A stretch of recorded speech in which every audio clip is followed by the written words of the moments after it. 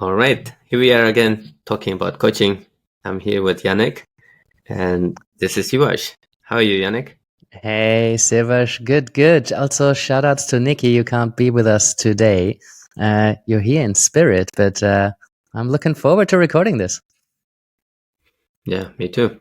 Let's dive in. So today we got a question. Is holding space enough to create results?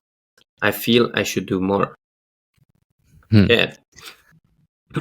Yeah, I think that's a great question because we hear a lot about how important it is to hold space, and I think that's one of the things with coaching is the first thing when I think about a great coaching relationship is setting up that coaching container, that coaching space. So now the question is here, is it enough to hold space to create results? I think, what do you think?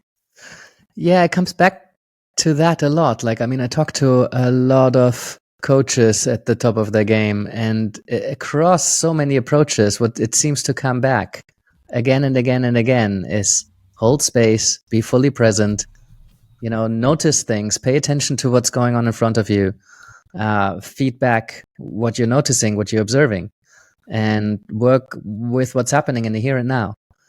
So holding space for someone to really do their best thinking, tune in with themselves, I guess you could argue that there's a lot of work, that there's a lot of doing in the act of holding space.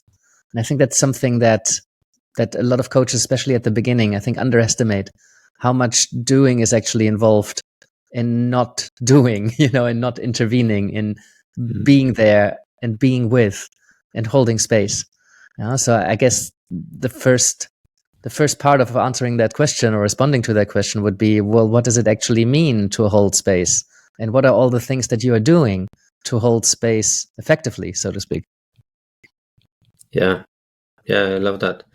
Yeah, and that's what came up for me, I think, is in order to hold space, right, we often have to do our own work, right? And I think, we continuous coaching, continuous supervision, because what I think about is the person that's holding that space, and of course it's not black or white, but the person that does that really well has usually done thousands of hours. And it's almost like, you see a black belt, in action, and they're very calm, and they're almost like dancing with their opponent. And it takes a lot of time and practice to get there. And that doesn't mean that, you can be fully present in moments in coaching. But I think, especially looking at my own experience, in the beginning, probably the first year, as I'm trying to be present, there's a lot on my mind. Like, shall I ask this question? Is it time to speak now? Shall I challenge them on this? There's so much coming up. And what I noticed that over the years with that practice is I'm just being more present, and my intuition is guiding me towards where I'm going. Yeah. As I'm hearing you speak, I'm thinking about some of those people that come to coaching, but they've already done thousands of hours, because they've been reflecting on themselves. They've been doing their own personal work, or they have decades of experience being in relationships. Lots of people who come from corporate, who've done a lot of leadership work.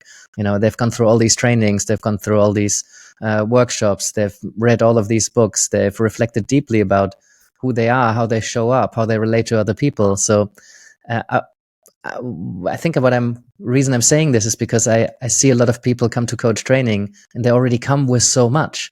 They already hold a really powerful space, but then you throw a bunch of these coaching models and processes in place, and then they feel they need to be doing things, right? And often the client comes in and they have an idea of coaching being a doing thing. I come to coaching and then we're doing a lot of work, and there's these activities and action plans and, processes and methodologies, and they want to move forward. They're impatient and they want to accelerate. And I mean, you're one of the first ones. You must have said slow down 1,000 times in the first, 30 episodes that we've recorded for this. It's in the slowing down very often, in the holding of space, that somebody can really tune into what they need to tune into instead of trying to accelerate and doing more. That doing less is doing more quite often. It's, a difficult thing perhaps to wrap your head around. But, if you get it, you really get it. And once a client gets it, then they really value the space that someone is holding without trying to push them somewhere. I talked to David Drake the other day, the founder of narrative coaching, who said a very similar thing. He said, I stopped trying to change people. I stopped trying to push for transformation or, run a process so that somebody can accelerate to change. I think it was Carl Rogers who said the curious paradox is that as soon as I accept myself as I am, then it's not that I can change, but then it's inevitable that I change. So I think when we hold space rather than push a process onto someone, then paradoxically often the change happens. So do we need to do more? Well, that's still a tricky question, right? Because I think sometimes it can be really effective to ask a powerful question or guide somebody through a process. I think generally, I believe with my humanistic stance and lens that people have the resources, that once you help them to tap into themselves through space holding, then the answers will emerge. But I've also experienced that sometimes we offer something, we give something, we're a bit more proactive. Even a piece of advice or recommendation or a piece of information, a book that you might put on the table at the right time, it can really, really move someone and accelerate a piece of change. So I think it's context specific. I don't think there's a golden rule of no, just be there at all times and just hold space and wait for the client to really tap into their answers. I think sometimes there can be an action that you do or something that you offer yourself that really helps to move someone. How to make those decisions? That's an interesting one. Yeah. I think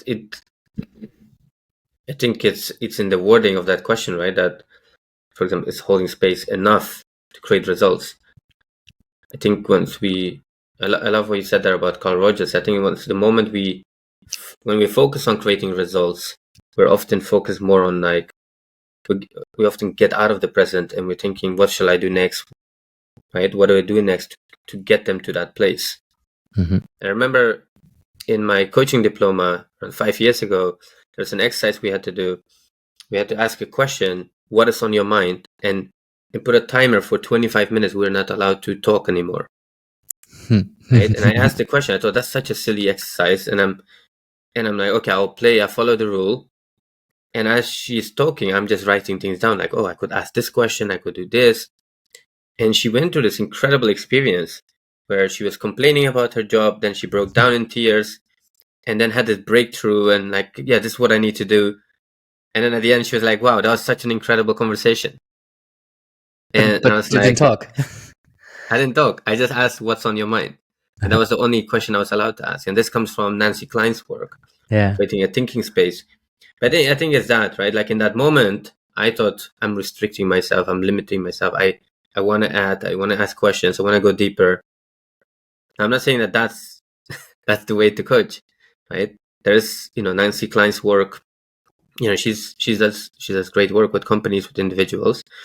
But I think it's that playfulness in, I think one of the things is actually sometimes it probably depends on the person. It probably depends on the situation. Right?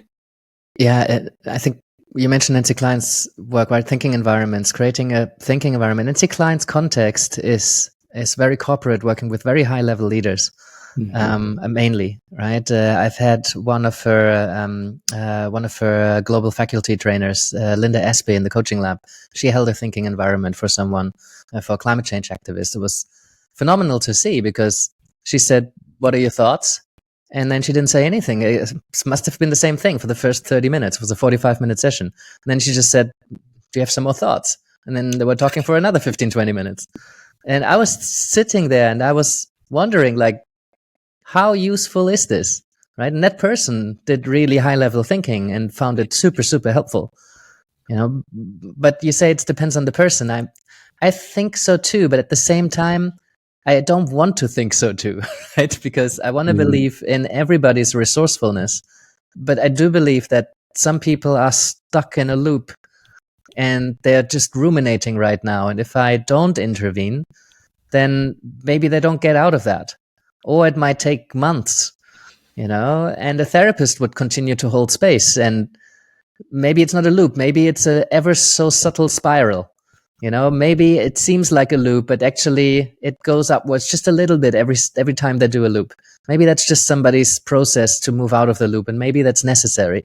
Maybe if I intervened, I wouldn't do them a favor, because if we accelerate something too early, we try to push something that they're not ready for, it might be counterproductive. It might potentially be even harmful.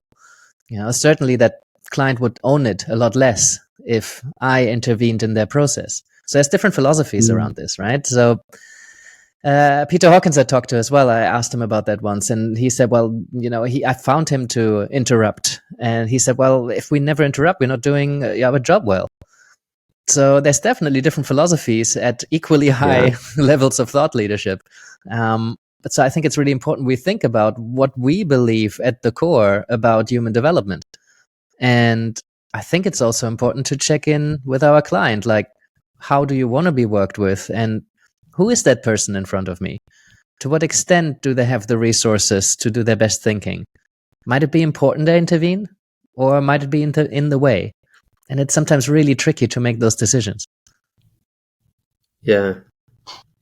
Yeah, and I think I've seen that it for me is noticing, how clients behave in certain, in that, within that space. So with one client, I might say, what is on your mind?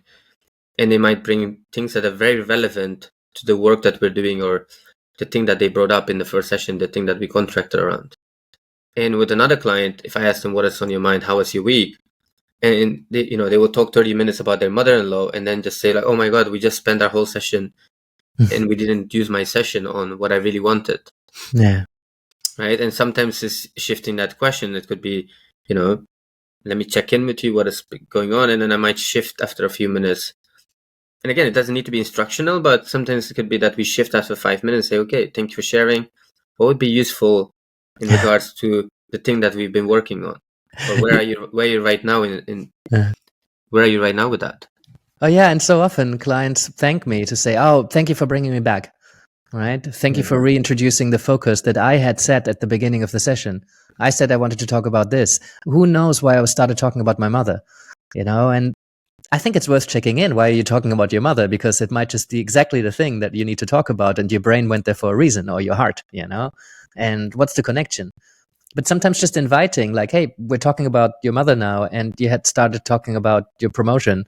I just, out of my butt, the example. But like, where's the link? Assuming it's linked. And sometimes they say, oh, it's not linked at all. Actually, my brain went on a detour, and sometimes my brain does that. So thank you for bringing me back.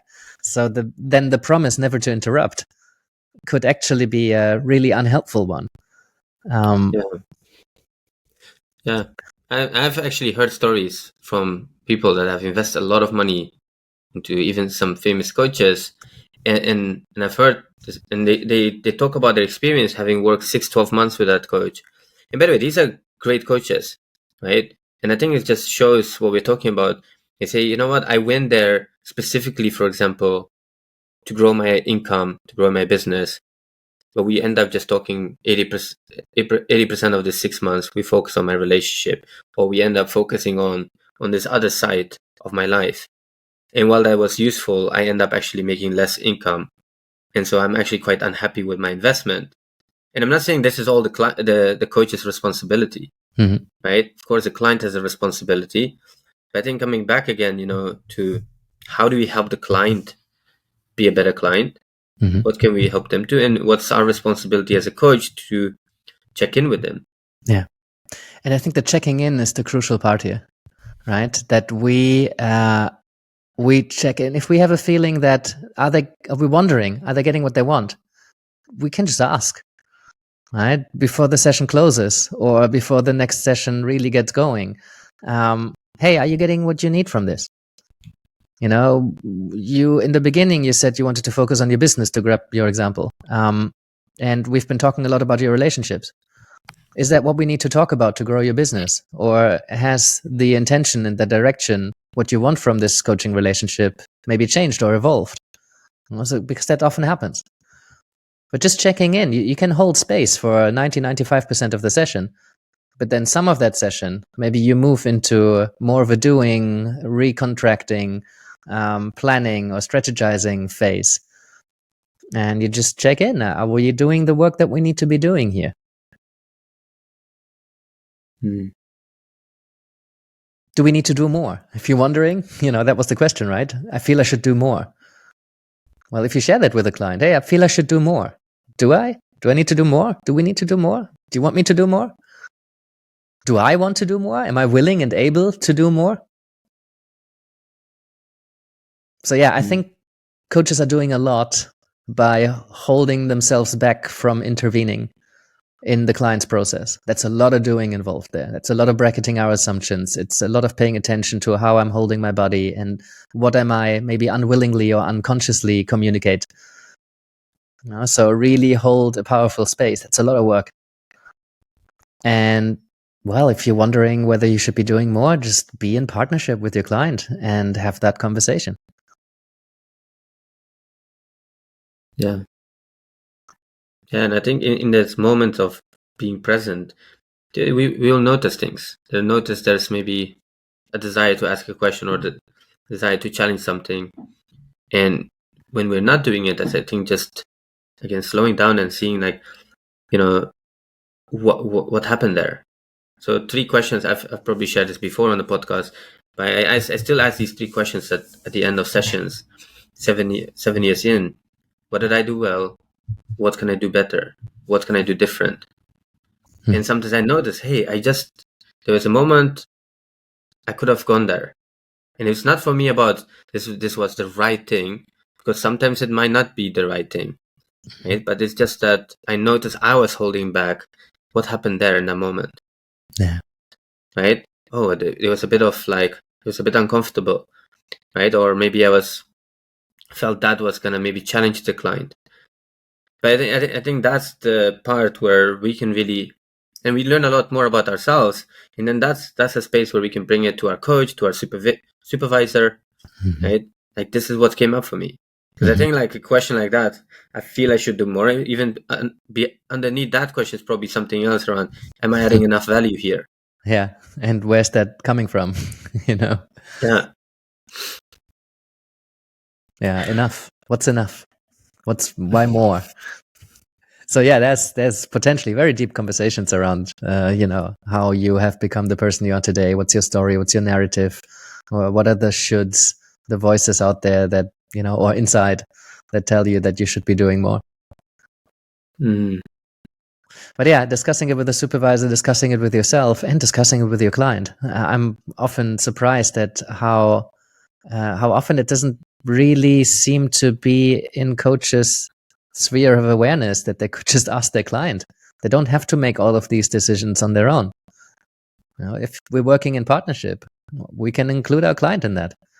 Hey, I've been having this thought, or I'm telling myself this story, or I'm having this assumption, or I'm feeling this urge to fill in the blank. What do you think?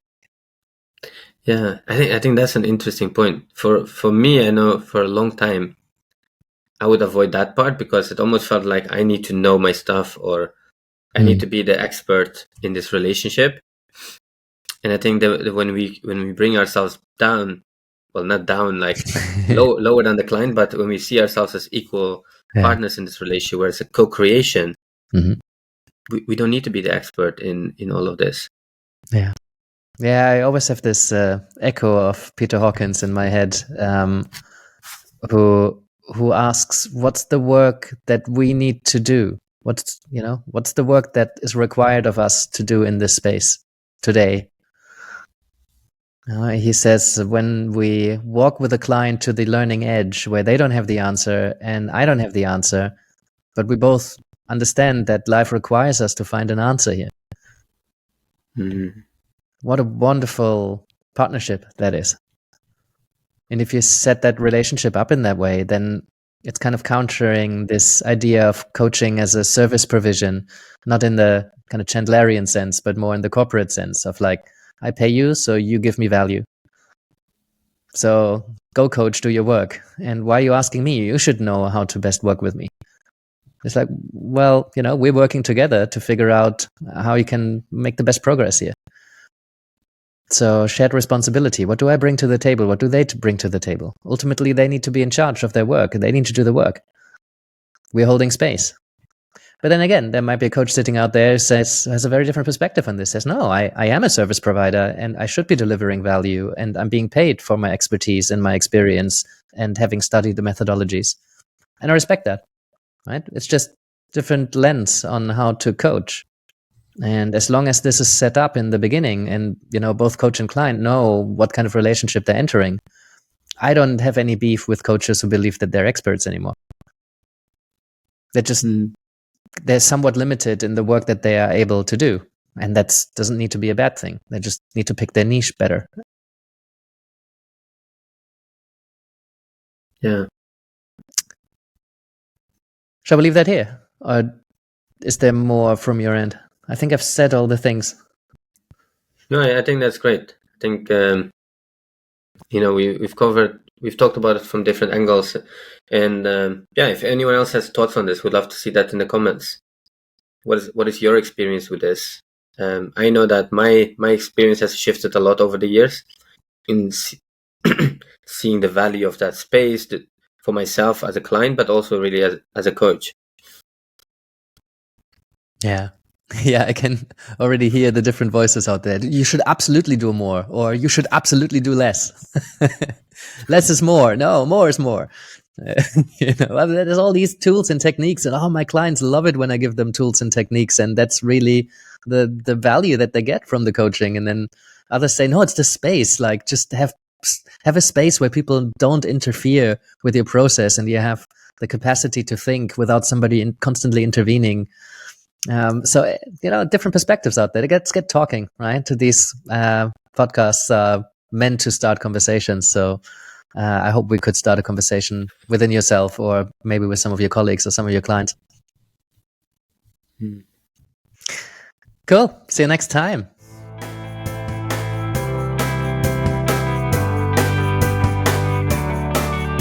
Thank you for being with us today. I appreciate your commitment to learning and growing as a coach. Just a few things before you go. First of all, we're doing this for you. So if there's anything you'd like us to talk about, do send us a question. Secondly, we're not doing this for profit, so we rely on your support to help us reach as many coaches as we can. So if you can send this episode to a friend or tell a fellow coach about what we're doing here, maybe you can subscribe or leave us a review, or even support us on Patreon. That would be amazing. And lastly, you can find us across all major platforms. So whether you like to watch, or you like to listen, or you like to download episodes and listen to it in your car while you're driving through somewhere with no internet, you can do so too. And that's it from us. Thank you, and I hope to see you next time.